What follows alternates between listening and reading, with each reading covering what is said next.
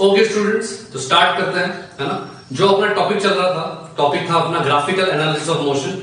और ऑल्दो मैं यही बोलूंगा कि टॉपिक अपना कंप्लीट हो चुका है। इनफैक्ट रेक्टिलिनियर मोशन के चैप्टर के जितने डिफरेंट कॉन्सेप्ट्स हैं वो सारे अपन कवर कर चुके हैं। बट स्टिल मैं उसी सीरीज में ग्राफिकल एनालिसिस में कुछ 2-3 प्रॉब्लम आपके सामने लाया हूं। आज अपन ये डिस्कस करेंगे और उसके बाद में फिर अपना डिस्कशन वाला पार्ट जो पिछली क्लास का पेंडिंग था और पिछली क्लास में जो मैंने आपको होमवर्क दिया था वो अपन डिस्कस करेंगे। ठीक है, चलिए। तो एक प्रॉब्लम आपके सामने मैंने प्रेजेंट की है और ये प्रॉब्लम और इसके आगे वाला प्रॉब्लम दोनों बहुत इंपॉर्टेंट क्रिटिकल प्रॉब्लम्स हैं जो कि आपको समझाएंगे कि क्वेश्चंस को कभी लैंग्वेज के फॉर्म में जब क्वेश्चन होता है उसको अपन ग्राफिकल तरीके से कैसे सॉल्व कर सकते हैं। ठीक है, देखिए क्वेश्चन क्या है। एक कार एक्सेलरेट कर रही है, रेस्ट से स्टार्ट कर रही है और अल्फा से एक्सेलरेट कर रही है। कांस्टेंट रेट अल्फा से एक्सेलरेट कर रही है कुछ देर तक और फिर उसके बाद में कांस्टेंट रेट बीटा से डिसेलरेट कर रही है और फाइनली रेस्ट पे आती है। मतलब एक कार है, एक्सेलरेट की अल्फा से और उसके बाद में डिसेलरेट की बीटा से और फिर गाड़ी रुक गई कुछ देर बाद। और बोला इस पूरे प्रोसेस के दौरान अगर कैपिटल टी टाइम निकल जाता है तो बताओ मैक्सिमम स्पीड कितनी होगी कार की और टोटल डिस्टेंस कितना चलेगा। ठीक, अब ऐसा प्रॉब्लम जहां पर आप इस क्वेश्चन को एक बार पढ़ोगे ना, आपके दिमाग में आना चाहिए यार टाइम के बारे में इंफॉर्मेशन है, एक्सेलरेशन के बारे में इंफॉर्मेशन है, डिस्टेंस के बारे में इंफॉर्मेशन पूछ रहा है, वेलोसिटी के बारे में इंफॉर्मेशन पूछ रहा है। मतलब जब सारे पैरामीटर्स किसी क्वेश्चन में इन्वॉल्व हो तो बेस्ट तरीका होता है कि आप उसको ग्राफ से सॉल्व करो। और ग्राफ भी कौन सा बनाओगे जिसके अंदर हर चीज डिटरमाइन कर सकते हो, वेलोसिटी टाइम ग्राफ। बिल्कुल सही। तो चलिए सोल्यूशन वाले पार्ट पे आता हूं मैं। इसको सॉल्व करने का तरीका है वेलोसिटी वर्सेस टाइम का एक ग्राफ बनाता हूं जहां पर t इक्वल टू 0 पे स्पीड 0 थी और कांस्टेंट रेट अल्फा से बढ़ा और फिर कांस्टेंट रेट बीटा से घट गया। अपने को नहीं पता अल्फा बढ़ा बीटा बढ़ा क्या है, वेरिएबल मान रहे हैं। ठीक है, तो ये v मैक्स कुछ होगा। ठीक है, इसको मैंने मान लिया t1 टाइम है, इसको मैंने मान लिया t2 टाइम। ठीक है, v वर्सेस t। क्यों मैंने ऐसा बनाया स्ट्रेट लाइन? कांस्टेंट एक्सेलरेशन है। कांस्टेंट एक्सेलरेशन का मतलब है वेलोसिटी टाइम ग्राफ में स्ट्रेट लाइन आएगी। ठीक है, और क्या डेटा आप लिख सकते हो साथ साथ में, आप देखो ये जो इस ग्राफ का जो स्लोप होता है वो एक्सेलरेशन होता है। इसका मतलब alpha equal to V max upon t1 लिख सकता हूं और beta is equal to V max upon t2 लिख सकता हूं। ये क्या लिखा समझ में आया? ये मैंने सिर्फ स्लोप को हाइट अपॉन बेस के बराबर कर दिया, अल्फा बीटा। दूसरा, क्या मैं टोटल डिस्टेंस जो चलेगा, ये टोटल डिस्टेंस जो चलेगा, क्या उसको मैं आराम से निकाल सकता हूं? दूसरा, आपको ये भी दे रखा है, एक और इंफॉर्मेशन है कि t1 plus t2 capital T के बराबर। ये दे रखा है ना question, total time capital T है, तो बस खत्म ही हो गया सवाल। तो t1 की जगह क्या लिखूंगा? v max upon alpha. इस जगह क्या लिखूंगा? v max upon beta is equal to capital T। Therefore v max का वैल्यू आराम से आपको मिल गया alpha bt whole upon alpha plus beta. ये आपका क्वेश्चन डन। क्या आपका v max आ गया? v max कितना ही है। ठीक है, तो कितना आसान हो गया। जहां पे अपन ने ग्राफ बनाया, ग्राफ बनाकर चीजें बेहद आसान हो जाती हैं क्योंकि आपको पता है स्लोप की इंफॉर्मेशन क्या देगा, है ना। और स्लोप के साथ साथ में t1 t2 ये सब चीजें और इजीली सॉल्व हो गया। v max आ गया। अब साथ साथ में खाली v max नहीं, एक और चीज पूछिए, वो क्या है? Total distance. तो और ये भी पता है v वर्सेस t का टोटल डिस्टेंस क्या आएगा? Area under curve. Area under curve कितना होना चाहिए बताओ? तो टोटल डिस्टेंस होना चाहिए एरिया अंडर कर्व के बराबर, जो होगा half into v max into capital T, half into base into height. और v मैक्स की वैल्यू आप ऑलरेडी निकाल चुके हो, तो क्वेश्चन वैसे खत्म हो गया। कितना आ गया? Half alpha B T square alpha plus beta. तो क्वेश्चन डन। तो डिस्टेंस आ गया, वेलोसिटी आ गई, यही तो आपसे क्वेश्चन में पूछा था। तो ये क्वेश्चन बहुत फंडामेंटल आसान सा सवाल है लेकिन इसकी अप्रोच बहुत यूनिक है। ऐसे प्रॉब्लम जहां पर आपको एक्सेलरेशन, वेलोसिटी, डिस्टेंस सब दे रखा हो, उसका वेलोसिटी टाइम ग्राफ बनाओ और उससे कैलकुलेट करो, बहुत तेजी सवाल होगा और बहुत आराम सवाल होगा। ठीक है, चलिए नेक्स्ट प्रॉब्लम की तरफ बढ़ते हैं। अब नेक्स्ट प्रॉब्लम क्या है जरा देखो, बिल्कुल उस तरह का प्रॉब्लम है जो अपने लास्ट प्रॉब्लम देखा था, लेकिन इस बार कुछ डेटा दे रखा है। इस बार अल्फा और बीटा जो पहले थे ना, बिल्कुल वैसा ही। अल्फा इस बार 10 है, बीटा इस बार 5 है। एक ट्रेन की बात कर रहा है। इस बार पूछा मिनिमम टाइम कितना लगेगा अगर उसको 1000 मीटर की जर्नी कंप्लीट करनी है। पिछले वाले में डिस्टेंस अपन ने निकाला था और बोल दिया था कि कैपिटल टी टाइम में वो इलैप्स कर रहा है, लेकिन इस बार उल्टा है, टाइम निकालना है, 1000 मीटर दे रखा है और एक एडेड इंफॉर्मेशन है कि ट्रेन की मैक्सिमम स्पीड 85 हो सकती है और दूसरे केस में मैक्सिमम स्पीड सिर्फ 70 हो सकती है। ऐसा कुछ प्रॉब्लम है। अब ये प्रॉब्लम पिछले प्रॉब्लम से काफी अलग होने वाला है। ठीक है, प्रॉब्लम आप लोग सब रीड कर ही सकते हो। मैक्सिमम एक्सेलरेशन और मैक्सिमम रिटार्डेशन दे रखा है क्वेश्चन में और मिनिमम टाइम में पूछना है।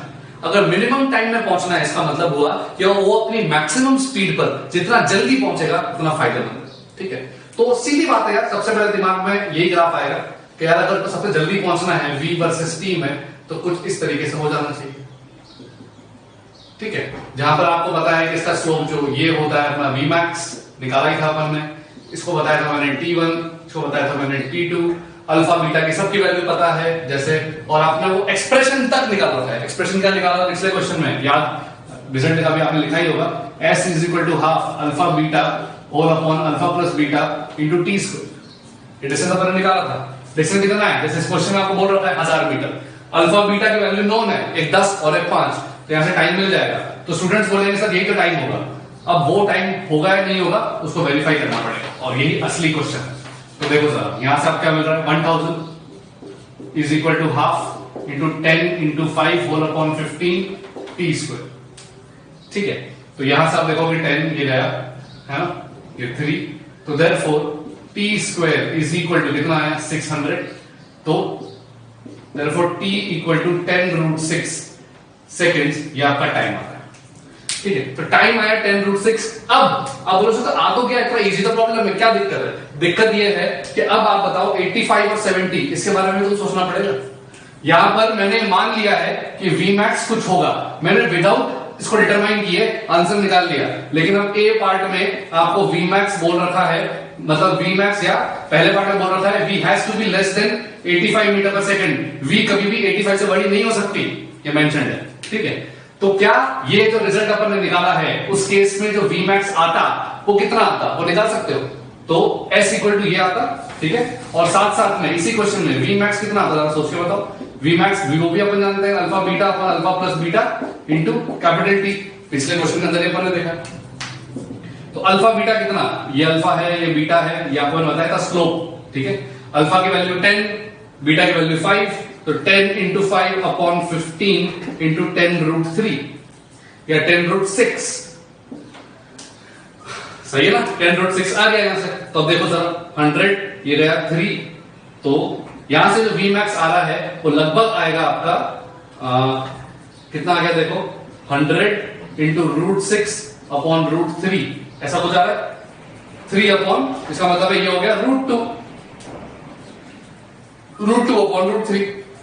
अब इसकी जो वैल्यू आती है अप्रोक्सीमेटली, मतलब √2 की वैल्यू पता है कितना 1.4, √3 की वैल्यू कितनी है 1.7। आप जब इसको करोगे अप्रोक्सीमेटली 100 इंटू 14 अपॉन 17, इसको जब आप करोगे तो ये लगभग आएगा 81 मीटर पर सेकंड के आसपास। आप सॉल्व कर लेना अपने हिसाब से, 81 मीटर पर सेकंड के आसपास आएगा। इसका मतलब हुआ कि अगर मैंने सॉल्व इस क्वेश्चन को किया तो उसके अकॉर्डिंग Vmax 81 से ज्यादा बड़ा आंसर नहीं हो सकता।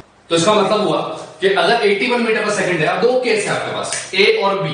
ठीक है, ए पार्ट में आपको बोला है कि मैक्सिमम स्पीड 85 हो सकती है, और दूसरे पार्ट में बोला है कि 70 मीटर पर सेकंड ही मैक्सिमम हो सकती है। अब आपने देखा कि 1000 मीटर अगर कवर करना है इसको, तो उसका मिनिमम टाइम 10√6 आएगा, लेकिन उस केस में उसकी मैक्सिमम स्पीड 81 तक टच होनी चाहिए, 81 तक जा सकना होना चाहिए, कंडीशन है। तो 10√6 मिनिमम टाइम, लेकिन तो इसका मतलब क्या हुआ, ए पार्ट में दिक्कत है नहीं, ए पार्ट में तो मैक्सिमम 85 तक ट्रेन जा सकती है, इसका मतलब 81 तक तो जा सकती है। और अगर 81 तक जा सकती है इसका मतलब 10√6 पहले वाले पार्ट का आंसर होगा। तो ये जो आंसर होगा 10√6, पहले वाले पार्ट का आंसर 10√6 सेकंड है, और ये बिल्कुल सही है। समझो सेकंड पार्ट के अंदर आप देखो मैक्सिमम स्पीड 70 मीटर पर सेकंड ही हो सकती है। अगर 70 मीटर पर सेकंड ही हो सकती है, इसका मतलब है जो अभी अपन ने सिनेरियो डिस्कस किया उसके अकॉर्डिंग तो पॉसिबल ही नहीं, क्योंकि उस केस में तो 80 बनवानी चाहिए थी, और अब तो सिर्फ 70 तक ही जा सकता है। इसका मतलब हुआ कि अब आपको पूरी कैलकुलेशन वापस करनी पड़ेगी, और कैलकुलेशन क्या होगी जरा समझते हैं। तो ये जो आपका सोल्यूशन हुआ वो ए पार्ट के लिए सही है, लेकिन बी पार्ट के लिए फिर से कैलकुलेट होगा। तो बी पार्ट का सोल्यूशन आपके सामने मैं लाता हूं, तो बी पार्ट को जरा देखो कैसे करना है। ठीक है, बहुत इंटरेस्टिंग सा प्रॉब्लम है, जरा ध्यान देते। बी पार्ट देखो, अब बी पार्ट में क्योंकि 70 मीटर ही मैक्सिमम है, तो इसमें ग्राफ बनेगा कुछ ऐसा कि इस बार एक्सेलरेट करेगा पहले बिल्कुल, फिर कुछ देर तक 70 से ही जाएगा और फिर रिटार्ड करेगा। अब ये वाली बात आपको समझ में आनी चाहिए, और इस बार आपको पहले से ही पता है कि ये वाली स्पीड 70 मीटर पर सेकंड ही हो सकती है। ये आपका मेजर क्वेश्चन बनता है। ठीक है, आपको पता है एक्सेलरेशन कितना है 10, 70 मीटर पर सेकंड इसकी फाइनल स्पीड है। तो क्या ये वाला टाइम t1, इसको बोलता हूं t2, ठीक है, और ये तो ऑटोमेटिकली डबल होगा 2t1, ठीक है, क्योंकि एक्सेलरेशन इसका 10 है तो t1 टाइम है, इसका एक्सेलरेशन 5 है तो बेस डबल हो जाएगा, खाली height upon base, height upon base की बात हो। तो अब देखो, तो ये वाला t1 टाइम, ये वाला t1 टाइम कैसे होगा, कैसे कैलकुलेशन करेंगे जरा सोच के देखो। इनिशियल स्पीड 0 थी, बाद की स्पीड 70 है, इसका मतलब है final speed 70 is equal to initial speed 0 minus acceleration कितना या plus 10 into t1, therefore t1 आपका सीधा सीधा आ गया 7 सेकंड्स, t1 आ गया 7 सेकंड्स, t1 अगर 7 सेकंड है तो t2 कितना होगा, तो ये वाला टाइम भी मिल गया। ये जो t3 है इसको मैं डायरेक्ट लिख रहा हूं 2t1, तो therefore t3 is equal to 14 seconds, इसमें तो कोई दिक्कत ही नहीं है, ठीक है। तो अब इसका एरिया अंडर निकाल लो, किसका एरिया, मैं इसको बोल रहा हूं S1, इसको बोल रहा हूं S2 और इसको बोल रहा हूं S3, ठीक है।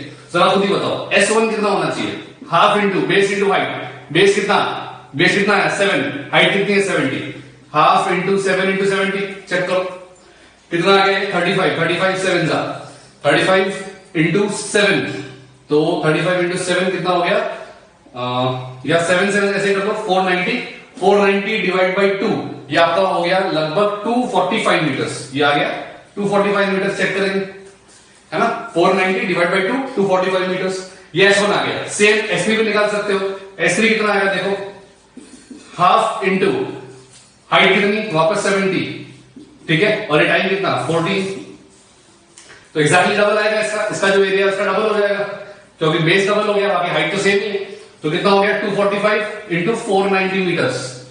तो आपको S1 पता है, S3 पता है, कॉमन सेंस यूज करो, S1 पता है, S3 पता है, तो क्या S2 मिल जाएगा, क्योंकि S2 तो क्या होगा, S2 होगा 1000 माइनस S1 प्लस S3, तो 490 प्लस 245 ये कितना हो गया 590 690 735 और बचा हुआ कितना हो गया, तो 265 मीटर हो गया,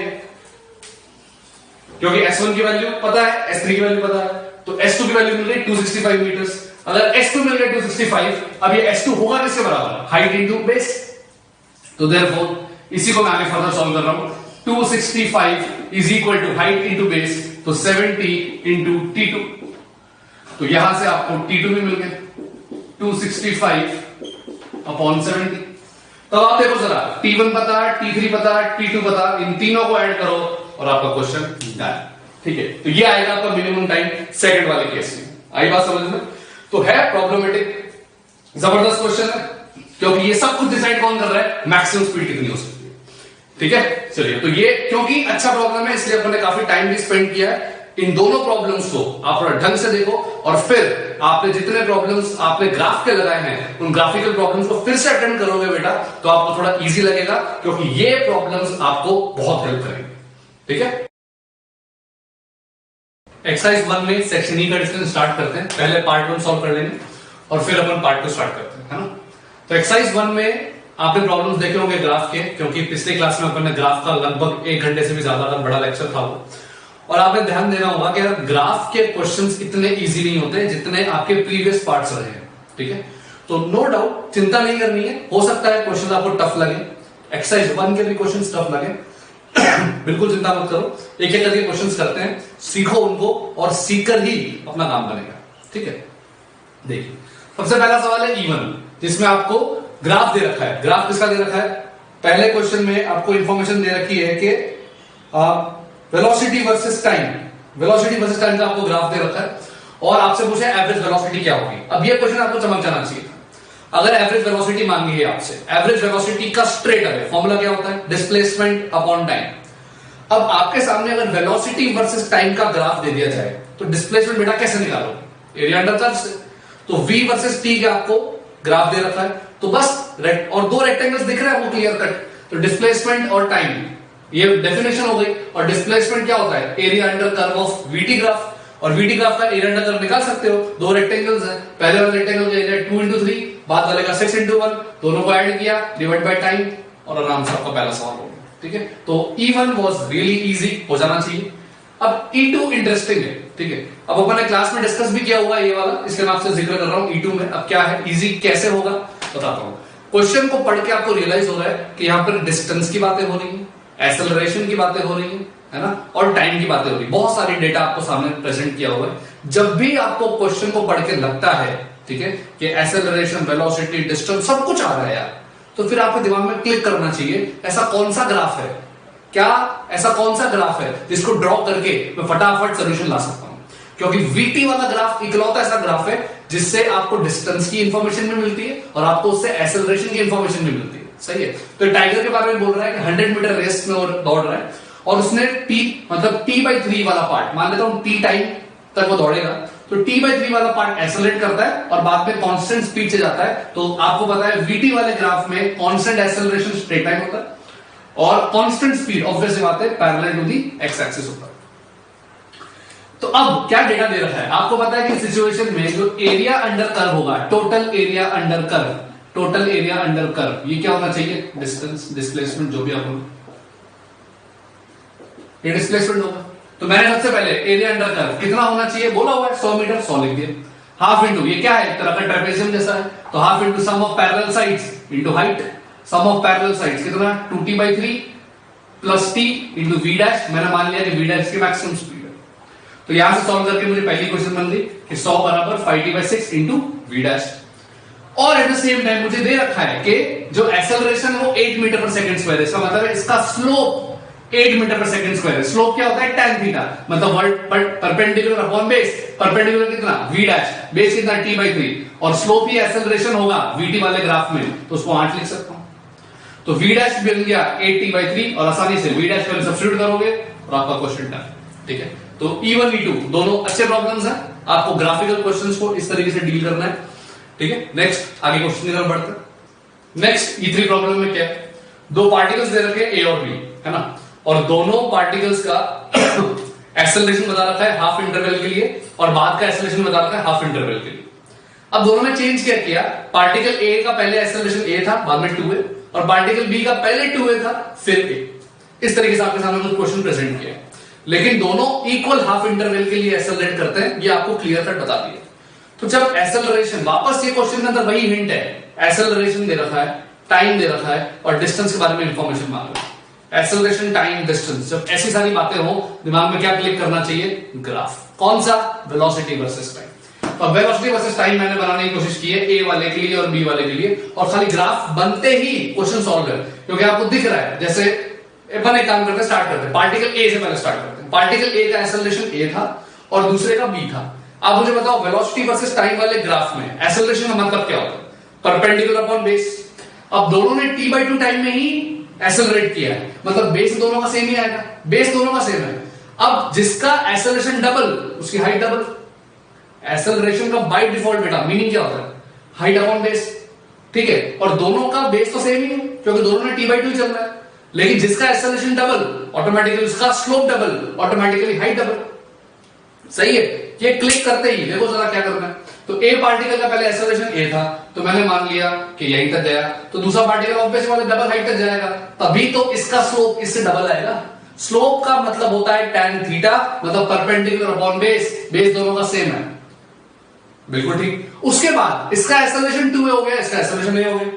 इसका मतलब है अब इस ये यहां से जो डबल हाइट करेगा, ये डबल हाइट जाएगा तो ये एक ही हाइट जाएगा, अगर क्योंकि बेस वापस सेम है दोनों का, सही है, बेस वापस t/2 है। तो यहां से अगर लेट से ये h हाइट जाता है ऊपर, तो ये h/2 ही जाएगा। इसका मतलब ये रियलाइज हो गया कि दोनों की फाइनल स्पीड t टाइम बाद सेम होगी। दोनों की फाइनल स्पीड अगर t टाइम बाद सेम होगी, तो अपने को करना क्या था, ज्यादा डिस्टेंस किसने चला, सिर्फ एरिया अंडर कर्व से कंपेयर कर लो। एरिया अंडर कर्व किसका ज्यादा है, देख के समझ में आ रहा है, इसका तो एरिया अंडर कर्व इतना सही है, और ये वाले बी का तो पूरा आएगा इतना बड़ा। इसका मतलब हो गया distance of B will be greater than distance of A. Done? है ना। आप चाहते तो इसको क्वेश्चन को बिना ग्राफ के भी कर सकते थे, आप सीधे सीधे इक्वेशन लेना स्टार्ट करो ना। इक्वेशन लिखो, इक्वेशन कैसे लिखोगे, पहले t/2 में उसने कितना एक्सेलरेशन a था, तो a into t/2 उसकी पहली स्पीड हो गई, और उसके बाद में वापस v1 जो स्पीड है उसकी इनिशियल स्पीड मान के आप, मतलब इस क्वेश्चन को क्योंकि सेक्शन ई में दे रखा है इसलिए मैंने आपको ग्राफ से अप्रोच करवाई। अगर ये क्वेश्चन सेक्शन ई में नहीं होता, आप सिंपल इक्वेशन लिख के भी सॉल्व कर सकते थे। जैसे स्टार्टिंग में डिस्टेंस ट्रैवल्ड बाय ए, ये कैसे लिखोगे? या आप सीधे सीधे एक्सेलरेशन पता है ए, तो A into T by two, distance half into A into T by two का स्क्वायर, डिस्टेंस आ गया पहले वाला, और बाद वाला डिस्टेंस में निकाल सकते हो। कौन सी इक्वेशंस? वो जो अपनी ऐसे बड़ी u t plus half a t square, b square बड़ी यू स्क्वायर, इन सारे इक्वेशंस को सॉल्व कर सकते हो। तो उससे तो सॉल्व किया ही जा सकता है, लेकिन ये क्वेश्चन का ये अप्रोच बहुत इंटरेस्टिंग है और ये सीखना है, ठीक है। अब नेक्स्ट वाला क्वेश्चन जो है उसके अंदर आपको एक्सेलरेशन वर्सेस टाइम का एक ग्राफ दे रखा है, ठीक है। अब इसका आपने सोल्यूशन पीछे आंसर की देखा ही होगा, और वो आंसर अपने आप में सेल्फ एक्सप्लेनेटरी कि हाँ यार ऐसा ही ग्राफ बनेगा, ऐसा ही ग्राफ बनेगा। एक्सेलरेशन का ग्राफ देके वेलोसिटी और डिस्टेंस और डिस्प्लेसमेंट का ग्राफ बनाया है। क्लास में मैंने आपको एक वेलोसिटी वर्सेस टाइम का ग्राफ भी बनवाया था, उसको कैसे चेंज किया था डिस्टेंस और डिस्प्लेसमेंट में, वो आपको मैंने सिखाया था। उस क्वेश्चन को रेफर करना है। हालांकि इस क्वेश्चन को फिर से डिस्कस करता हूं। एक्सेलरेशन वर्सेस टाइम का पहले एक स्ट्रेट लाइन दे रखी है ना, एक्सेलरेशन पहले कांस्टेंट है, इसका मतलब वेलोसिटी वर्सेस टाइम में कांस्टेंट एक्सेलरेशन कैसा दिखता है? एक स्ट्रेट लाइन, सही बात। तो वेलोसिटी वर्सेस टाइम में पहले कांस्टेंट एक्सेलरेशन था, कितना एक्सेलरेशन है आपको पता है, पहले एक्सेलरेशन दे रखा है 2 मीटर पर सेकंड स्क्वायर, तो वेलोसिटी वर्सेस टाइम में स्लोप 2 होना चाहिए, देखो 10/5 2, तो पहले इतना सा बन गया। फिर एक्सेलरेशन 0 है, इसका मतलब है वेलोसिटी कांस्टेंट। फिर एक्सेलरेशन नेगेटिव हो गया, देखा आपने, एक्सेलरेशन नेगेटिव हो गया मतलब स्पीड डिक्रीज होना स्टार्ट होगा, वेलोसिटी डिक्रीज होना स्टार्ट होगी, ऐसे करते हुए ग्राफ बन जाएगा। तो ये एनालाइज करना है, इस पे आप स्टडी करो कि यार ये कुछ ग्राफ को देखकर ये ग्राफ कैसे बनाएंगे। क्लास में, पिछली क्लास में भी अपन ने ऐसे खूब सारे क्वेश्चन डिस्कस किए थे, है ना। तो प्रैक्टिस करनी पड़ेगी इन क्वेश्चंस की। बढ़िया सवाल है सारे के सारे, डाउट्स आ भी रहे हैं, चिंता नहीं है, मेहनत करनी पड़ेगी, मेहनत करते रहो, ठीक है। आगे बढ़ते हैं, चलिए एक्सरसाइज 1 पार्ट 2 पर आते हैं। पार्ट 2 में सेक्शन ई डिस्कस करना स्टार्ट करते हैं। पहला सवाल है पोजीशन वर्सेस टाइम ग्राफ दे रखा है, दोनों लाइंस को पैरेलल दे रखा है। पोजीशन वर्सेस टाइम ग्राफ, आप मुझे बताओ पोजीशन वर्सेस टाइम ग्राफ का स्लोप क्या देता है? वेलोसिटी। और क्योंकि दोनों का स्लोप सेम है, स्लोप सेम है दोनों का, इसका मतलब है दोनों की स्पीड VA और VB ये तो सेम हो गई, क्योंकि दोनों का स्लोप सेम है। क्वेश्चन में क्या बोला है? Car A is faster than car B, गलत। Car A always leads car B, अब ये पूछ रहा है। अब दोनों की स्पीड सेम है, सही है, दोनों की स्पीड सेम है, लेकिन कार A ऑलरेडी 5 मीटर से स्टार्ट कर रहा है, देखो 5 मीटर से स्टार्ट कर रहा है। इसका मतलब है क्या मैं मान सकता हूं कि कार A हमेशा आगे रहेगी? बिल्कुल ठीक। Both cars are moving with same velocity, बिल्कुल ठीक। इसका मतलब बॉम्बे और कलकत्ता, बी और सी ऑप्शन दोनों सही होगा, है ना। नेक्स्ट क्या सवाल? E2 में बोल रखा है आपको each of the 3 graph given acceleration versus time का ग्राफ दे रखा है ना, और सबकी पॉजिटिव वेलोसिटी है, ये दे रखा है, बहुत ही बढ़िया, है ना। पूछा है बताओ किसकी स्पीड इंक्रीज हो रही है? अरे तो सेम सवाल क्लास में डिस्कस किया था। स्पीड अगर सबको बोल दिया वेलोसिटी पॉजिटिव डायरेक्शन में, ठीक है, और देखो तीनों ग्राफ के अंदर क्या एक्सेलरेशन का साइन पॉजिटिव है? यस, एक्सेलरेशन का साइन पॉजिटिव है, वेलोसिटी का साइन पॉजिटिव है, चिंता करनी ही नहीं है। तीनों में अपन क्या बोलेंगे? तीनों में स्पीड बढ़ रही है। अब ये वाले मैंने बताई थी क्लास के अंदर भी। तीसरा जो ग्राफ है वो कंफ्यूज करता है, सर एक्सेलरेशन कम हो रहा है, स्पीड कम हो रही होगी। बेटा एक्सेलरेशन कम होने का मतलब स्पीड कम होना नहीं होता, ठीक है। एक्सेलरेशन कम हो रहा है इसका मतलब है स्पीड के बढ़ने का रेट कम हो रहा है, ठीक है। ये क्लास के सवाल के अंदर भी मैंने डिस्कस किया था, ठीक है। आप कैसे डिसाइड करोगे स्पीड बढ़ रही है स्पीड घट रही है, कैसे डिसाइड करोगे? मैंने आपको बताया था स्पीड बढ़ना या स्पीड घटना डिसाइड होता है एक्सेलरेशन और वेलोसिटी के साइन से। एक्सेलरेशन का मैग्नीट्यूड बढ़ रहा है घट रहा है उससे नहीं डिसाइड होता। वेलोसिटी हमेशा पॉजिटिव है बता रखा है, और एक्सेलरेशन तीनों ग्राफ में पॉजिटिव है, डिक्रीज इंक्रीज कांस्टेंट से फर्क नहीं पड़ता, साइन से फर्क पड़ता है। क्लियर? E2 वाला क्वेश्चन डन हो गया, ठीक है। E2 वाला क्वेश्चन का आंसर हो गया डी, बिल्कुल सही। फिर आता है E3 वाला सवाल। E3 figure shows the position time graph दे रखा है, पहले ऐसे करके फिर ऐसे, इसका मतलब है बाद में रेस्ट पर आ गया, और पहले t नॉट टाइम तक कांस्टेंट वेलोसिटी था, दिख रहा है क्योंकि स्लोप कांस्टेंट है, तो बिल्कुल सही, डी ऑप्शन एकदम परफेक्ट है। देखो x वर्सेस t में स्लोप क्या देता है? वेलोसिटी। तो पहले देखो वेलोसिटी है, स्लोप कांस्टेंट है मतलब वेलोसिटी कांस्टेंट होगी, फिर स्लोप 0 हो गया मतलब वेलोसिटी 0 हो जाएगी, बस डी ऑप्शन सही है। फिर आता है E4 में देखिए क्या दे रखा है? Displacement time graph of A and B दे रखा है, दोनों एंगल्स बना रहे हैं 30 और एक 60, ठीक है। डिस्प्लेसमेंट टाइम ग्राफ आपको दे रखा है ना। एक ने एंगल बनाया 30 और एक ने एंगल बनाया 60। 30 किसने बनाया? ए ने, और उसने कितना बनाया? 60। ये आपको दे रखा है। फिर पूछा है बताओ दोनों की वेलोसिटी का रेशियो क्या है। ये तो बहुत आसान है, आपको पता है x वर्सेस t में स्लोप क्या देता है, वेलोसिटी ही देता है, और स्ट्रेट लाइन का स्लोप किसके बराबर होता है, tan 30। इसका मतलब है ये वाला a था, ये वाला b था, आई गेस यही दे रखा है, यस ये a है ये b है। इसका मतलब मुझे अगर va अपॉन vb निकालना है, va अपॉन vb निकालना है, that should be equal to what, slope of a upon slope of b। Slope of a और slope of b, slope of a कितना tan 30 और स्लोप ऑफ b कितना tan 60। Solve हो गया, ratio ले लो, सही है। ये आपका E4 डन।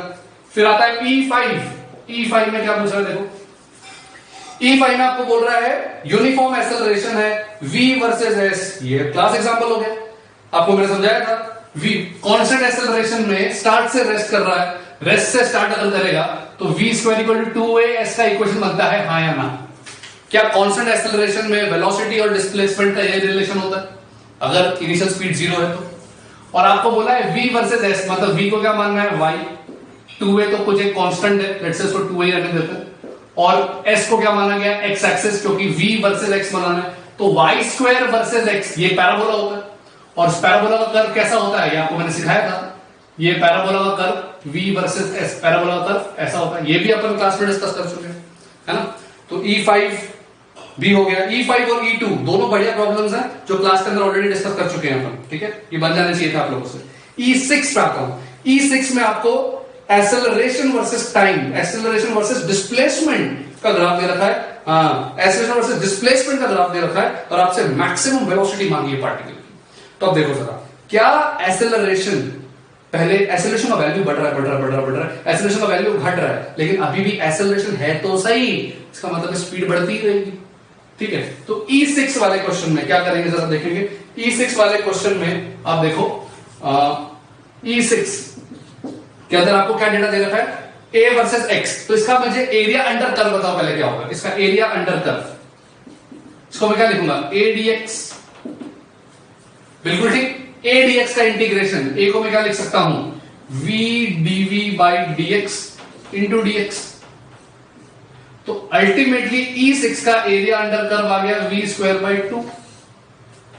देखो एरिया अंडर कर्व, किसी भी ग्राफ का एरिया अंडर कर्व आप लिख सकते हो, क्या लिखोगे, y dx, y पे कौन है a, x में तो वैसे ही x है, इसका मतलब है इस ग्राफ का एरिया अंडर कर्व मुझे v स्क्वायर बाई 2 दे रहा है, ठीक है। तो और आपको ये भी पता है एक्सेलरेशन हमेशा पॉजिटिव ही है, मतलब x इक्वल टू 1 मीटर तक इसकी स्पीड बढ़ेगी। एक्सेलरेशन तो हमेशा ही है, एक्सेलरेशन बढ़ना और एक्सेलरेशन घटना, पहले ही बताया, वापस बता रहा हूं, एक्सेलरेशन कम होने का मतलब स्पीड कम होना नहीं होती है, एक्सेलरेशन जब तक पॉजिटिव है तब तक स्पीड बढ़ रही होगी, सही है। तो इसका मतलब, और एरिया अंडर कर्व कितना है इसका पूरे का निकालो, half into base into height, तो हाफ इंटू कितना हो गया, हाफ इंटू 1 इंटू 1, ये तो हाफ ही हो गया, एरिया अंडर कर्व है ही हाफ, तो वेलोसिटी कितनी आ गई 1 मीटर पर सेकंड, तो खत्म हो गया question, therefore v equal to 1। Question done. चलिए एक्सरसाइज 1 पार्ट 3 पर आते हैं। इसमें 3 मैथ का कॉलम है, और इस तरह का प्रॉब्लम मुझे लगता है आपने फर्स्ट टाइम देखा होगा, जहां पर ऑप्शंस भी 3 कॉलम दे रखे हैं, 1 2 3 3 कॉलम है। इस तरह के प्रॉब्लम जेईई एडवांस में आजकल ट्रेंडिंग है, ऐसे प्रॉब्लम्स आते हैं। तो ऐसे प्रॉब्लम्स को ऑब्जेक्टिव तरीके से अटेम्प्ट करने का तरीका क्या है, आप सबसे पहले क्वेश्चन पढ़ लिया, ठीक है, बहुत सारा डेटा होता है एक्चुअली इन क्वेश्चंस में। 1 2 3 तीनों जो क्वेश्चन देख रहे हैं पहले उसके ऊपर रीड करो। पहला क्वेश्चन, इसमें आप देखो कौन सा कॉम्बिनेशन करेक्ट है, पहले ऑप्शन में 3, दूसरे में 3 3 3, सब मतलब पहले क्वेश्चन में से थर्ड ऑप्शन की ही बात कर रहे हैं, तो पहला क्वेश्चन सॉल्व करेंगे। मतलब आपको जरूरी नहीं है कि सारे इंटरवल सॉल्व करें, ये समझदारी नहीं है, क्वेश्चन के अकॉर्डिंग सॉल्विंग रखो, है ना। तो जैसे पहला क्वेश्चन है, इसमें थर्ड की ही बात कर रहा है, सारे ऑप्शन में थर्ड। ग्राफ इसका दे रखा है v versus t, v versus t में पहला मैं इसका कॉलम डिस्कस कर रहा हूं। अब यहां पे देखो थर्ड मतलब हो गया 0 to 10 सेकेंड्स। अब 0 to 10 सेकेंड्स अगर मैं इस ग्राफ को सॉल्व करता हूं, है ना, तो इस ग्राफ के अंदर 0 to 10 सेकेंड्स के अंदर आप देखोगे ये वाला तो एरिया आपस में वैसे कैंसिल हो गए, ठीक है, ये वाला एरिया वैसे क्योंकि इक्वल होगा बिल्कुल सिमेट्रिक है, ये 20 दे रखा है और ये -20 दे रखा है, तो ये एरिया वैसे कैंसिल होगा, इक्वल एंड अपोजिट एरिया, और बचा सिर्फ ये वाला एरिया, ठीक है, जिसमें आपको ये दे रखा है 2 सेकंड्स, ये दे रखा है 6 सेकंड्स, ये 8 10 12 इस तरह की कुछ मार्किंग है। तो 0 से 10 सेकेंड्स के बीच में आप बताओ क्या क्या बताना है। एवरेज वेलोसिटी कितना होगा, एवरेज एक्सेलरेशन कितना होगा। एवरेज वेलोसिटी का फॉर्मूला क्या होता है आप मुझे बताओ। डिस्टेंस, डिस्प्लेसमेंट, एवरेज वेलोसिटी का displacement upon time, displacement upon time. इसका मतलब क्या हो गया, area under curve upon time. ये डेफिनेशन हो गई।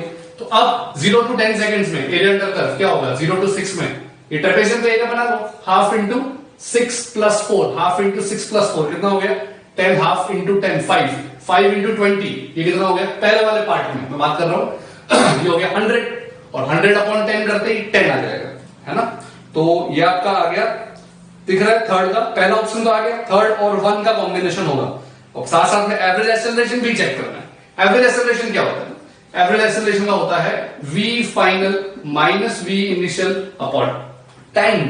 तो आप देखो 10वें सेकंड पर वेलोसिटी कितनी है -20, इनिशियली कितनी थी 0, तो -20 माइनस 0, -20 माइनस 0 कितना हुआ -20। टाइम कितना 10, डिवाइड करेंगे -20 डिवाइड बाई 10 कितना -2 इसका मतलब हो गया कि थर्ड वाले का 10 एवरेज वेलोसिटी है और -2 एवरेज एक्सेलरेशन है। इसका मतलब है पहले वाले का डी ऑप्शन करेक्ट हो गया। तो इस तरीके से आप हर एक पार्ट को सॉल्व कर सकते हो। फिर जैसे सेकंड क्वेश्चन में सेकंड ऑप्शन की बात भी कर रखी है, फर्स्ट ऑप्शन की बात भी कर रखी है, थर्ड क्वेश्चन में आप देखोगे फोर्थ वाले ऑप्शन की बात कर रखी है, ऐसे अलग अलग सेक्शंस की बात कर रखी है। कॉन्सेप्ट बहुत सिंपल सा है। मैंने यहां पर अभी कौन सा सॉल्व किया, थर्ड वाले पार्ट के लिए। थर्ड वाला पार्ट मतलब 0 to 10 सेकेंड्स मैंने इस इंटरवल को सॉल्व किया, जिसके अंदर आपने देखा एरिया अंडर कर्व कितना आया था बच्चों, हाफ इंडिया आया था 100 और डिवाइड बाई 10 और यहां पर कितना आया था -20 अपॉन 10। तो ये मैंने थर्ड वाले पार्ट को सॉल्व किया। बिल्कुल सिमिलरली आप सेकंड को सॉल्व कर सकते हो, थर्ड को कर सकते हो। डिस्प्लेसमेंट के लिए एरिया अंडर कर्व और एवरेज एक्सेलरेशन के लिए फाइनल माइनस इनिशियल वेलोसिटी। ऐसे करके सारे जितने इंटरवल दे रखे हैं सबको सॉल्व करो, इजीली आपका सवाल सॉल्व हो जाएगा। तो ये आपका हुआ पहला मैच द कॉलम। दूसरे मैच द कॉलम में बलून राइजेस अप, ये वही वाला ट्रेडिशनल सवाल कितनी बार आ चुका है। बलून जा रहा है ऊपर की तरफ, है ना, 10 मीटर पर सेकंड स्क्वायर के एक्सेलरेशन से 2 सेकंड बाद एक पार्टिकल को ड्रॉप करेंगे। तो वही वाले बार बार क्वेश्चन आते हैं। अब आपको तो ये सब आ जाना चाहिए यार। बलून लेट से यहां पर पहुंच चुका है, ठीक है, यहां से किसी न किसी हाइट पर होगा और कितने से भाग रहा है, ये 10 मीटर पर सेकंड स्क्वायर से जा रहा है। और यहां पर इसने क्या कर दिया, स्टोन रिलीज कर दिया, यहां से इसने स्टोन रिलीज कर दिया। अब जब स्टोन रिलीज करोगे तो बलून के पास जो स्पीड होगी वही स्पीड इसको मिलेगी और नीचे की तरफ ग्रेविटी आ जाएगा। फिर उसके 2 सेकंड बाद कितनी हाइट पर होगा, कितने टाइम पर होगा, कितने डिस्प्लेसमेंट पर होगा, कितनी वेलोसिटी होगी, वो सारी बातें आपसे पूछ रखी है। तो यार ये क्वेश्चन तो आई गेस सबसे बन जाना चाहिए, बिकॉज ऐसा क्वेश्चन अपन पहले भी कर चुके हैं कई बार, ठीक है। तो अगर मैं आपको बताऊं कि h की वैल्यू अगर आपको निकालनी है तो वो निकाल सकते हैं। इनिशियल वेलोसिटी कुछ बोल रखा है, राइजेस 0 से स्टार्ट मान लेते हैं, ठीक है। तो हाफ इंटू एक्सेलरेशन कितना 10 इंटू टाइम कितना 2 का स्क्वायर कितना हो गया 20 मीटर्स। 20 मीटर्स की हाइट पे और कितनी वेलोसिटी से होगा, वेलोसिटी कितनी होगी 2 सेकंड बाद, तो 10 इंटू 2 मतलब कितना हो गया 20 मीटर पर सेकंड। तो 20 मीटर पर सेकंड से इसने एक पार्टिकल को रिलीज किया होगा 2 सेकंड बाद, है ना। और अब रिलीज करने के 2 सेकंड बाद क्या हाल होगा, तो रिलीज करने के 2 सेकंड बाद, तो अगर मान लो ये मैंने v माना है, ये एक्चुअली सीन हो गया एट t = 2 सेकंड्स पर, लेकिन आपसे सीन पूछा है एट t = 4 सेकंड पर। तो t = 4 पे क्या हालत होगी, डिस्प्लेसमेंट क्या होगा, हाइट क्या होगी, वेलोसिटी क्या होगी, तो आराम से निकल सकता है। s' = 20 into 2 minus half g 2 का स्क्वायर। यहां से आपको पता लग जाएगा कि इस जगह से वो ऊपर है, पॉजिटिव आया तो ऊपर है, नेगेटिव आया तो नीचे है। जैसे इसको सॉल्व करते हैं एक बार, कितना आ रहा है देखेंगे। तो s' कितना आया, देखो ये आ गया अपना 2 से ये गया 20 40 20 मीटर, ये पॉजिटिव आया 20 मीटर। इसका मतलब यहां से 20 मीटर ऊपर, मतलब 2 सेकंड बाद जमीन से कितना ऊपर 40 मीटर्स, है ना। तो जमीन से कितना 40 मीटर्स आपका सॉल्व हो गया। स्पीड ऑफ पार्टिकल कितनी होगी, तो v' कितना 20 माइनस g इंटू 2 सेकेंड कितना हो गया, ये तो 0 मीटर पर सेकेंड हो गया। तो ऐसे करके आप सारे पार्ट्स निकाल सकते हो। डिस्प्लेसमेंट ऑफ पार्टिकल अपन जानते हैं उतनी, 2 सेकंड के बाद डिस्प्लेसमेंट कितना होगा, हाइट कितनी होगी, एक्सेलरेशन तो वैसे ही पता है कि एक्सेलरेशन किसके बराबर होगा, ग्रेविटी के बराबर होगा, है ना। तो MM2 वाला प्रॉब्लम आसान है। आपको t = 2 सेकंड पे पहले सब कुछ वेयर अबाउट्स बलून के पता लगा लो और उसके 2 सेकंड बाद क्या हालत होगी वो आप इजीली डिटरमाइन कर सकते हो। चलिए थर्ड मैच द कॉलम देखते हैं। अब थर्ड मैच द कॉलम में आपके सामने बहुत सारे ग्राफ्स रखे हुए हैं ना, और सारे ग्राफ अब नोटिस करना है, ये सिर्फ ग्राफिकल एनालिसिस है और ये बहुत आराम से हो जाना चाहिए आप लोगों से। सारे v वर्सेस t, सारे v वर्सेस t और सब स्ट्रेट लाइन। इसका मतलब हो गया अगर velocity versus time straight line है, इसका मतलब पोजीशन वर्सेस टाइम पैराबोलिक होगा। सही है। 4 तरह के ग्राफ हैं तो चारों के जो आंसर होंगे पैराबोलिक होंगे। तो अब तकलीफ, अब पैराबोला तो बहुत सारे होते हैं, 3-4 तरह के पैराबोला होते हैं, कौन सा किस पे सेलेक्ट होगा? तो एक एक करके ऑप्शन देखते हैं सब लोग फटाफट ध्यान दें। ए ऑप्शन में वेलोसिटी पॉजिटिव है और इंक्रीज हो रही है, वेलोसिटी पॉजिटिव है इंक्रीज हो रही है, मतलब पोजीशन वर्सेस टाइम में स्लोप पॉजिटिव होना चाहिए और इंक्रीज होना चाहिए। स्लोप हमेशा पॉजिटिव होना चाहिए और इंक्रीज होना चाहिए। तो पी क्यू आर तो वैसे गए, एस भी गया, टी बच गया खत्म। स्लोप पॉजिटिव होना चाहिए, देखो पॉजिटिव, सिर्फ पॉजिटिव होना चाहिए, कभी नेगेटिव होना ही नहीं चाहिए क्योंकि वेलोसिटी हमेशा पॉजिटिव है। तो पी क्यू आर एस सब गए, टी बच गया, करेक्ट। ठीक, फिर आता है जैसे बॉम्बे ऑप्शन, इसमें दे रखा है। अब आप देखो वेलोसिटी कभी नेगेटिव भी है, वेलोसिटी कभी पॉजिटिव भी है ना, और पहले वेलोसिटी नेगेटिव है फिर पॉजिटिव है। आई बात समझ में? पहले नेगेटिव वेलोसिटी फिर जीरो वेलोसिटी फिर पॉजिटिव, मतलब पहले स्लोप नेगेटिव फिर जीरो स्लोप और फिर पॉजिटिव। देखो पी और क्यू ऑप्शन दोनों में हो रहा है, पहले स्लोप नेगेटिव फिर स्लोप जीरो फिर स्लोप पॉजिटिव। सही है।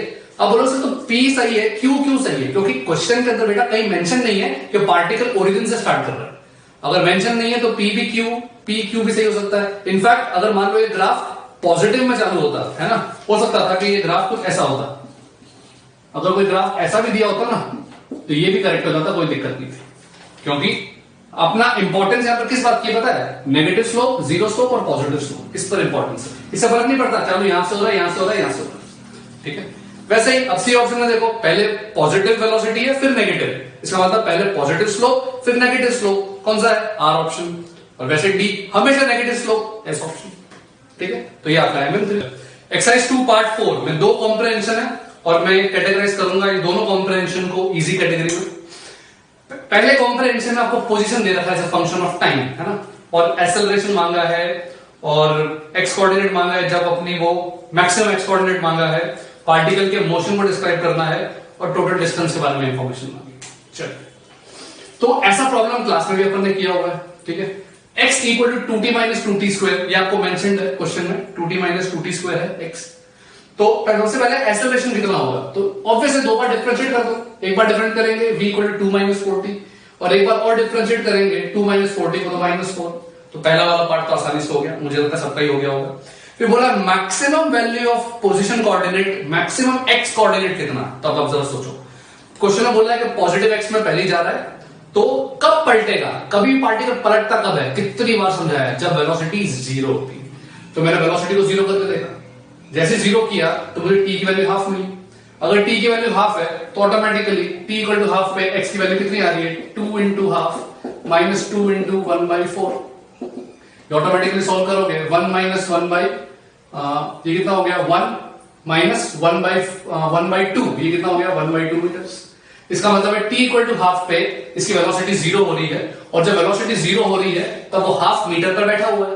इसका मतलब हुआ कि t इक्वल टू जीरो पर कहां था? देखो t इक्वल टू जीरो पे था ओरिजिन पे, यहां से स्टार्ट किया, आगे बढ़ा और पलट कर वापस आ जाएगा एक ही करवा,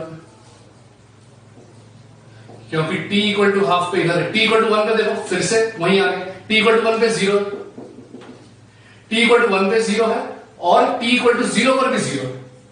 तो और t इक्वल टू हाफ पे वेलोसिटी जीरो है, और कितनी दूरी पर? हाफ मीटर की दूरी पर।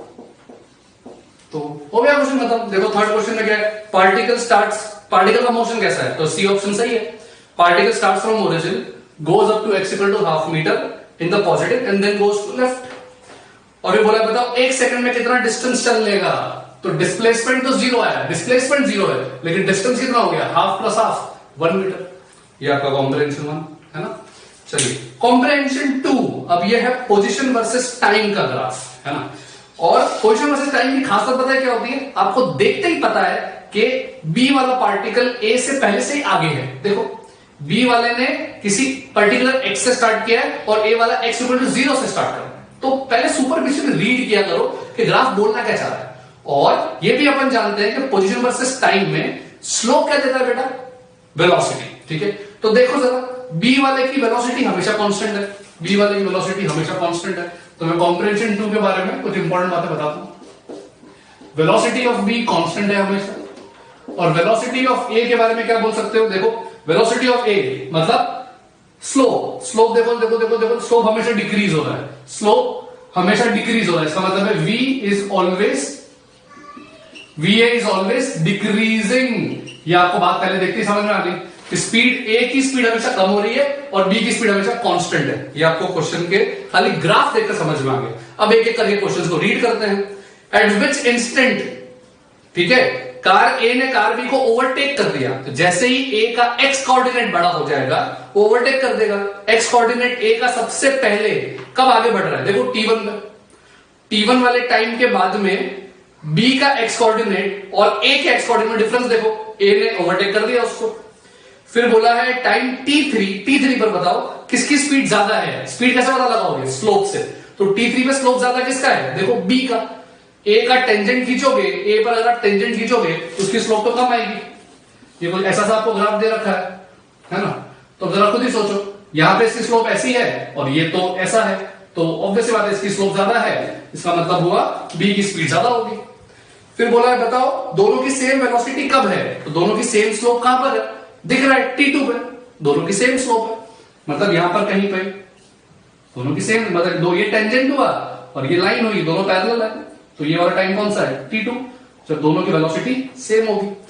और चौथे में बोला है कौन सा बेस्ट डिस्क्राइब कर रहा है ए के मोशन को, ए को मैंने वैसे ही बोल दिया हमेशा स्पीड डिक्रीज होगी। ठीक है, तो ये आपका कॉम्प्रिहेंशन 1 कॉम्प्रिहेंशन 2 डन हुआ। एक्सरसाइज 2 पार्ट 2 का डिस्कशन स्टार्ट करते हैं। ठीक है, इसके अंदर मैंने आपको कई सारे सवाल दे रखे हैं, तो स्टार्ट करते हैं पहले सवाल से। पहले सवाल में आपको position as a function of velocity दे रखा है, ठीक है, और पूछा है आपसे एक्सेलरेशन। अब यार क्वेश्चन को पढ़कर एक अप्रोच दिमाग में तुरंत आ जानी चाहिए कि अगर एक्सेलरेशन निकालने तो मेरे पास दो तरीके हैं, या तो dv by dt लेंगे या फिर v dv by dx लेंगे, क्योंकि दोनों ही तरीकों से एक्सेलरेशन तो मिल सकता है। तो अगर position as a function of velocity है और मुझे दिख रहा है टाइम का इन्वॉल्वमेंट क्वेश्चन में नहीं किया है, तो जानबूझ के dv by dt यूज करने से बेटर है, उससे भी आंसर आ जाएगा, लेकिन सही अच्छे तरीके की बात कर रहे हैं, बेटर सोल्यूशन की बात कर रहे हैं, तो v dv by dx ज्यादा अच्छी अप्रोच मानी जाएगी, है ना। तो x equal to root v plus 3 है, इसको हल्का सा रीअरेंज किया तो ऐसा बन जाएगा, है ना। v का एक्सप्रेशन आपके सामने है, तो dv by dx निकाल सकते हो, v पता है as a function of x यार, तो dv by dx कितना हो गया, ट्वाइस ऑफ x माइनस 3। ठीक है, dv by dx पता है, v पता है, दोनों को मल्टीप्लाई करेंगे तो क्या एक्सेलरेशन तैयार, एक्सेलरेशन आ जाएगा ट्वाइस ऑफ x माइनस 3 का होल क्यूब। अब एक्सेलरेशन आपसे पूछा कहां है, x इक्वल टू 4 पे, तो अगर acceleration as a function of x पता है, x जगह 4 डालोगे तुरंत x इसकी वैल्यू आ गई 2, है ना, खाली 2 रह गया, और 2 ही आपको क्वेश्चन में p के बराबर दिया है, तो 3p कितना हो गया 6, तो 6 मीटर पर सेकंड स्क्वायर, ये आपका आंसर हो गया। ठीक है, अब आते हैं सेकंड प्रॉब्लम पे। अब सेकंड प्रॉब्लम में क्या है जरा समझो। सेकंड प्रॉब्लम में आपको कुछ डेटा दे रखा है, वेलोसिटी का, टाइम का या फिर पोजीशन का, बहुत सारा डेटा है। तो ऐसे क्वेश्चन में ना सही अप्रोच होती है कि आप एक बार ग्राफिकली इसका डायग्राम ड्रॉ करो, डायग्राम ड्रॉ करोगे काफी चीजें ऑटोमेटिकली क्लियर हो जाएंगी कि इक्वेशंस कैसे लिखनी है ना। तो जैसे एक बार डायग्राम कैसे बनाया मैंने जरा ध्यान देंगे, मैंने अज्यूम कर लिया, इसमें बोला हुआ है कि टोटल डिस्टेंस का फर्स्ट हाफ उसने इतनी स्पीड से चला, बाद का हाफ अलग स्पीड से चला, ये सारी इंफॉर्मेशन दे रखी है आपको। तो मैं पहले वाले x डिस्टेंस मान लेता हूं, वो चला v0 से और उसमें लेट से समय लगा t1, और बाद वाले x में लेट से टोटल समय लगा t2, और उस t2 को मैंने दो टुकड़ों में तोड़ दिया, t2/2 और t2/2, और बोला हुआ है कि ये वाला जो टाइम था वो v1 से जाता है, ये वाला टाइम वो v2 जाता है। तो वो पूरे क्वेश्चन को मैंने एक बार डायग्रामेटिकली रिप्रेजेंट कर दिया।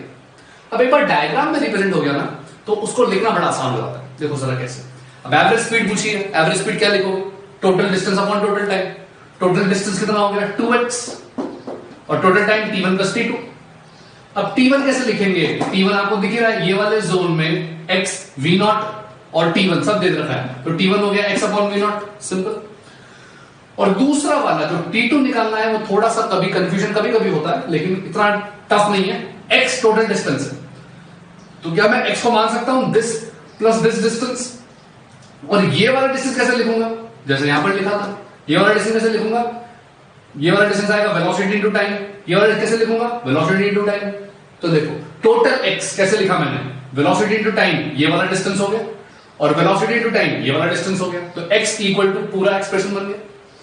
तो इसको रीअरेंज करेंगे तो T2 भी मिल गया आपको 2x upon v1 plus v2, T1 भी मिल गया x अपॉन v0। अब क्वेश्चन तो बचा ही नहीं यार, T1 T2 को सब्स्टिट्यूट कर दो तो ऐसा एक्सप्रेशन बनेगा। और एलसीएम लेकर देखो आप, हर जगह से x खत्म हो जाएगा, एलसीएम लेने पर ये आ जाएगा। तो देखते ही समझ में आ गया कि a और b की वैल्यू कितनी हो गई, कंपेयर कर लेंगे तो कितना आ गया 2, देयरफॉर a प्लस b का वैल्यू कितना हो गया 4। ये आपका आंसर डन है ना। तो आपका पहला दूसरा सवाल हो गया। चलिए नेक्स्ट प्रॉब्लम क्या है? नेक्स्ट प्रॉब्लम आप देखो, इसके अंदर बोल रखा है कि क्वेश्चन में पार्टिकल को बिल्डिंग के टार से फेंकर, है ना, और h हाइट ऊपर और h हाइट ऊपर की तरफ इसकी कुछ स्पीड होगी, और टावर से ही h हाइट नीचे इसकी कुछ स्पीड होगी, और उसमें कुछ रिलेशन दे रखा है, बोल रखा है कि ये वाली स्पीड इससे डबल, ठीक है। और बोला है बताओ तो उस केस में मैक्सिमम हाइट कितनी जाएगा। तो जो क्वेश्चन में बोला है बिल्कुल उसको फॉलो कर लो, आपका सवाल हो जाएगा। देखो जरा क्या बोल रखा है कि ये स्पीड इससे डबल है, तो v2 इक्वल टू 2v1 लिख दिया। स्क्वायर किया दोनों साइड्स को, तो v2 square equal to 4v1 square हो गया। और v2 स्क्वायर क्या लिख सकता हूं, मतलब आप मुझे बताओ क्या v2 को मैं u के टर्म्स में लिख सकता हूं? ये अपने क्लास में कर रखा है। v2 को कैसे लिख सकते हैं? इनिशियल स्पीड का square v square equal to u square plus 2as वाला फॉर्मूला। तो क्या v2 u से बड़ा होगा, है ना। और अगर साइन कन्वेंशन लगा भी लेते हो तो भी ग्रेविटी नीचे हाइट नीचे दोनों नेगेटिव है, ग्रेविटी भी और हाइट भी, तो अल्टीमेटली पॉजिटिव हो जाएगा। तो u स्क्वायर प्लस 2gh, ठीक है। और v1 जब लिखेंगे तो u स्क्वायर माइनस 2gh, इसको सॉल्व करते ही 3u square equal to 10gh आ गया। आपसे पूछा क्या था? h max, ठीक है। तो इसको मैं रीअरेंज कर सकता हूं, u square by 2g automatically 5h by 3 होगी। और मुझे पता है कि h max की वैल्यू कितनी होगी अगर मैं u की स्पीड से फेंकूंगा, तो h max होगा ही तो u स्क्वायर बाई 2g, मतलब u स्क्वायर बाई 2g ही आपका h max है, और h max का आपका आंसर आ गया 5h by 3, therefore x equal to 5, है ना। फिर नेक्स्ट प्रॉब्लम। अब नेक्स्ट प्रॉब्लम थोड़ा सा इंटरेस्टिंग है। ऐसा प्रॉब्लम भी अपन ने सिमिलर देखा हुआ है क्लास के अंदर। मैंने बोला था कि एक बिल्डिंग है, उसमें से ऊपर से पार्टिकल को फेंका गया है, नीचे से पार्टिकल को फेंका गया है, बताओ कौन सी पोजीशन होगी जहां पर मिलेगी। सही है। अब ऐसा ही सोचो जरा इसको, है ना, क्वेश्चन का थॉट बनाओ, देखो कैसे हो। अब एक लिफ्ट है जिसका एक्सेलरेशन अपने को नहीं पता, ठीक है, और उसमें एक इंसान है, उसने 5 फीट से एक स्टोन को या कॉइन को छोड़ दिया, और वो उस मोमेंट पे लिफ्ट जा रही थी 6 फीट पर सेकंड से, ये बता रहा था।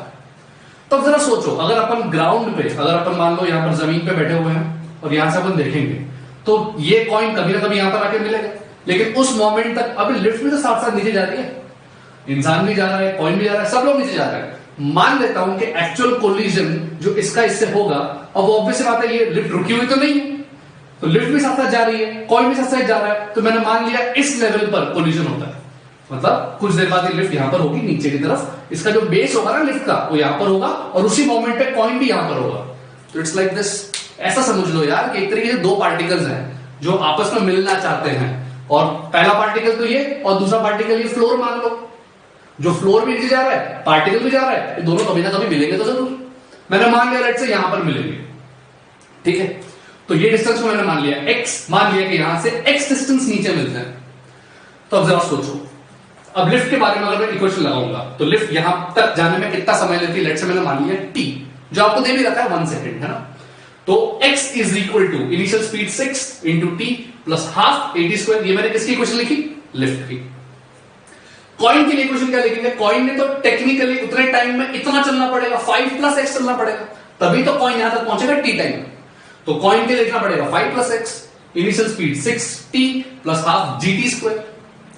अब इन दोनों को सब्ट्रैक्ट कर दो, इसको मैं इक्वेशन 1 बोल देता हूं, इसको मैं इक्वेशन 2 बोल देता हूं, और 2 माइनस 1 जैसे ही करोगे तो x से x कट जाएगा, 16 60 कट जाएगा, और half g minus a into T square रह जाएगा, और टाइम की वैल्यू आपको ऑलरेडी दे रखी है 1 सेकंड। इसका मतलब हो गया कि 10 बराबर 32 माइनस a बराबर 22 फीट पर सेकंड स्क्वायर। और इस तरीके से आपका तीसरा और पांचवा दोनों सवाल डन। नेक्स्ट प्रॉब्लम देखते हैं।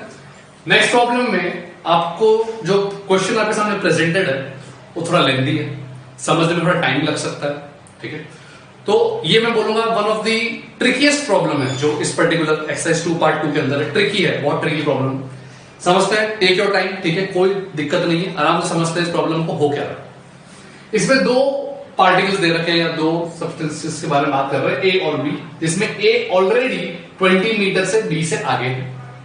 ए के बारे में बता रखा है 5 मीटर पर सेकेंड है और ये कांस्टेंट है, और बी का बोल रखा है 30 मीटर पर सेकंड की इनिशियल स्पीड है और वो 10 मीटर पर सेकंड स्क्वायर से रिटार्ड कर रहा है। ये रिटार्ड कर रहा है, बी रिटार्ड कर रहा है। इसका मतलब हुआ कि क्लास का एक सवाल आता है, रिटार्ड करते करते करते कभी ना कभी पलटता है वो, है ना, बस वो हिंट पे आता है। तो बी वाला पार्टिकल कभी ना कभी पलटेगा जरूर, लेकिन ए वाला कांस्टेंट है तो वो आगे चलता रहेगा। अब बोला है बताओ ए और बी दूसरी बार जब मिलते हैं तब तक बी ने कितना डिस्टेंस चल लिया हो। ठीक है, तो अभी थोड़ा ट्रिकी है, जरा समझते हैं देखो क्या हो। तो मान लेता हूं कि ये दोनों के दोनों पार्टिकल्स ए और बी कहीं यहां पर आकर मिलते हैं। मैंने मान लिया कि ए से एक्स डिस्टेंस दूर मिलते हैं, मुझे नहीं पता 2 बार मिलते हैं 10 बार मिलते हैं, सॉल्व होकर खुद ही पता लग जाएगा कितनी बार मिल रहे हैं और एक्स की एक ही वैल्यू है, यूनिक वैल्यू है या मल्टीपल वैल्यूज है, वो भी अपन को नहीं पता, सॉल्व करके ही पता चलेगा। ठीक है, मैंने मान लिया कि एक्स डिस्टेंस में मिलते हैं, इसका मतलब है किसी भी टाइम पे ए का डिस्प्लेसमेंट किसी भी टाइम टी पर वो तो कांस्टेंट है x बराबर 5t, और किसी भी टाइम पे b का डिस्प्लेसमेंट अगर यहीं पर दोनों को अगर मिलना है t टाइम पर ही मिलना है तो उतनी देर में b का डिस्प्लेसमेंट 20 प्लस x होना चाहिए, तभी तो मिलेंगे, है ना। तो 20 plus x equal to initial speed 30 और रिटार्डेशन है तो माइनस लगी गया, minus half into 10 into T. इन दोनों को मैंने सब्ट्रैक्ट किया, 20 बराबर 25t माइनस 5t स्क्वायर आया, सिंपल सा क्वाड्रेटिक है, सॉल्व करके t बराबर 1 और 4 दो आंसर्स मिले। अब जब दो आंसर आए इसका मतलब हुआ कि ओके ये दोनों लोग 2 बार मिल रहे हैं, है ना, एक t इक्वल टू 1 पे भी मिल रहे हैं, t इक्वल टू 4 पे भी मिल रहे हैं। t इक्वल टू 1 पे मिलने का मतलब हुआ कितने डिस्टेंस पे, 5, यहां से 5 मीटर पर मिल लेंगे और उसके बाद में ये जो 4 वैल्यू आ रही है मतलब यहां से 20 मीटर पे मिल लेंगे। मतलब पोजीशन अगर मैं मार्क करूं खाली कौन सी पोजीशन में मिलेंगे तो ए से 5 मीटर पर भी मिलने वाले होंगे और ए से 20 मीटर पर भी दोनों के दोनों पार्टिकल्स मिलने वाले हैं। लेकिन सवाल आपसे ये नहीं पूछा है कि ए से कितनी दूरी पर मिलेंगे, सवाल में ये पूछा है उस जब दूसरी बार मिलेंगे तब बी ने कितना डिस्टेंस चल लिया होगा। अब यही तो ट्रिक है, अब समझना जरा ढंग से। पता तो लग गया कि यहां पर मिलने वाले हैं जो कि बी से 40 मीटर दूर है, क्योंकि ए से 20 मीटर दूर है, मिलने की पोजीशन पता लग चुकी। लेकिन आपको पता है कि ये इक्वेशन मुझे डिस्प्लेसमेंट देता है, डिस्टेंस नहीं देता, है ना। तो क्या पता ये चौथे सेकंड पे जब मिलेंगे क्या पता बी पलट कर आ रहा उस टाइम पे, तो ये पता लगाने के लिए कि कहीं बी पलट तो नहीं रहा, कहीं बी का स्पीड कभी 0 तो नहीं हुआ, पता लगा लेता हूं बी का स्पीड 0 कब होता है।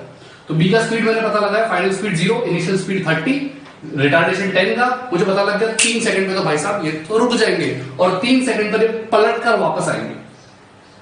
तो मैंने अगर 3 सेकंड पलटने वाले हैं तो एक काम कर लेता हूं, 3 सेकंड पे distance after which B stops, B कितनी देर बाद रुकता है ना, वो डिस्टेंस कैसे मिल जाएगा मुझे। 3 सेकंड बाद तो रुकने वाला है, लेकिन उस दौरान तक कितना चल लेगा, तो 30 into 3 minus half into acceleration into time का स्क्वायर, तो ये आपका आएगा 45 मीटर।